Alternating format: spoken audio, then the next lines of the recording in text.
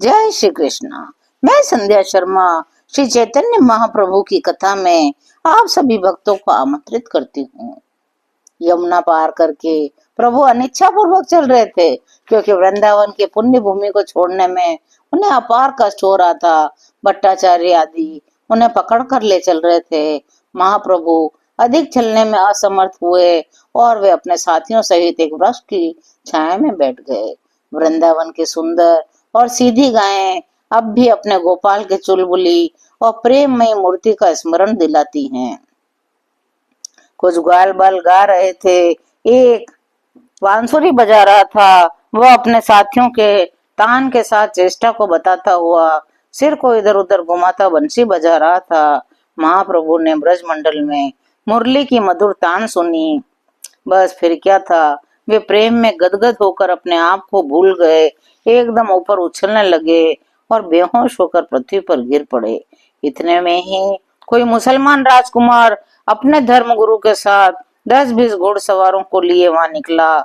उन सवारों में से किसी एक ने बेहोश हुए प्रभु को देखा। महाप्रभु के मुख से झाग निकल रहे थे, आंखें ऊपर चढ़ी हुई थी।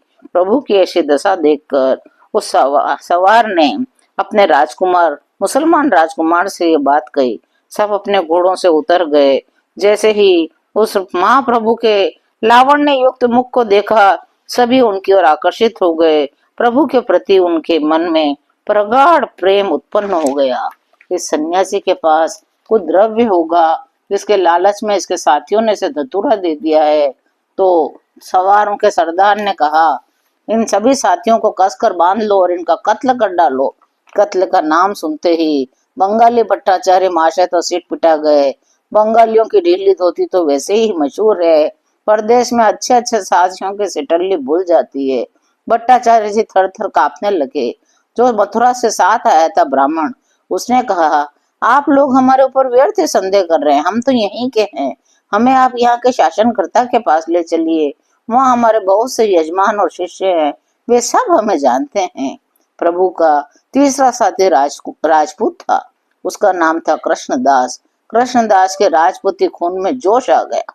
वह कड़क कर बोला, मालूम पड़ता है अभी तक तुम लोगों ने हमें पहचाना नहीं। हम राजपूत हैं, राजपूत।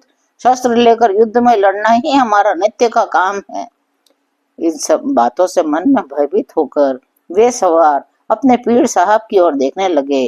पीर साहब ने शांत स्वर में पूछा, हम यह जानना चाहते हैं, ये इतने सुंदर, तेजस्वी, स्वस्थ शरीर के युवक सन्यासी बेहोश क्यों पड़े हैं? कृष्णदास जी ने कहा, ये हमारे गुरु हैं, इन्हें कभी कभी मिर्गी का दौरा हो जाता है। कृष्णदास जी कह ही रहे थे कि प्रभु उसी समय चैतन्यता का लाभ उठाकर सीधे खड़े हो गए। जोर जोर से प्रेम में नृत्य करने लगे। राजकुमार बिजली खान ने पूछा, साधु बाबा, आप अब तक बेहोश क्यों पड़े थे? हमें तो ऐसा लगा आपके साथियों ने आपको भूल से धतूरा खिला दिया है। अपने रुपए में से देख लीजिए, इन धतूरा खिलाने वाले साथियों को आप जो कहेंगे उचित दंड दिया जाएगा। तब महाप्रभु ने अत्यंत सरलता के साथ कहा, भाइयों, ये मेरे साथी मेरे दूसरे शरीर हैं। इन्हीं की कृपा से मुझे ब्रज मंडल के समस्त तीर्थों के दर्शन हो गए हैं। मैं तो एक भिक्षुक सन्यासी हूँ, कामिनी कांचन का कभी स्पर्श नहीं करता। मुझे धतूरा देने से किसी को क्या लाभ हो सकता था? आप लोग घबराएं नहीं, मुझे कभी कभी ऐसे दौरे पड़ उठते हैं। प्रभु की और उस राजकुमार के धर्म गुरु की परस्पर कुछ धार्मिक बातें होने लगी। वह यवन राजकुमार बड़ा ही सहृदय, सुशील, शांत और कोमल प्रकृति का था। प्रभु के दर्शन से ही उस पर बड़ा भारी प्रभाव पड़ा। वह प्रभु की सरलता, भावुकता और तन्मयता को देखकर मुग्ध हो गया। पीर साहब भी धर्मांध नहीं थे। उनके हृदय में भी सद्विवेक, विचार और प्रेम पसंद को समझने की शक्ति थी। प्रभु की प्रेम भरी बातों को सुनकर वह अपने इस्लामीपन के आग्रह को छोड़कर प्रभु की शरण में आया। बोलने लगा, आप सचमुच नारायण हैं। आपके दर्शनों से मुझे बड़ी ही शांति हुई है। आपने मुझ डूबते हुए का हाथ पकड़कर उबारा है। अब आप ही मुझे सही रास्ता दिखावें। तब महाप्रभु ने कहा, आपका हृदय बड़ा शुद्ध है, इसमें अभिमान तो रह ही नहीं सकता। ये तो राम के रहने की जगह है। बस उसी समय उन पीर साहब ने अपना नाम रामदास रख लिया।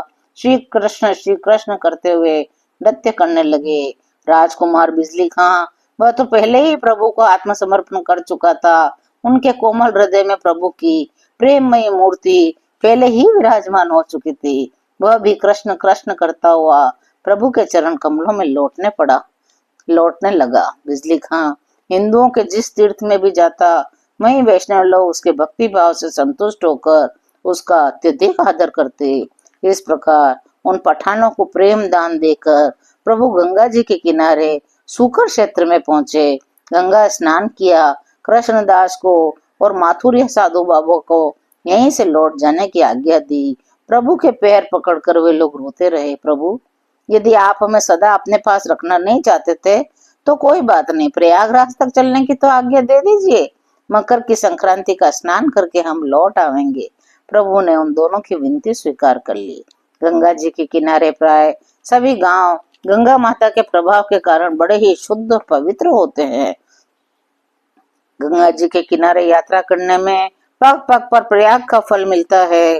गंगा जी के किनारे को साधु महात्माओं का राजमार्ग ही समझना चाहिए।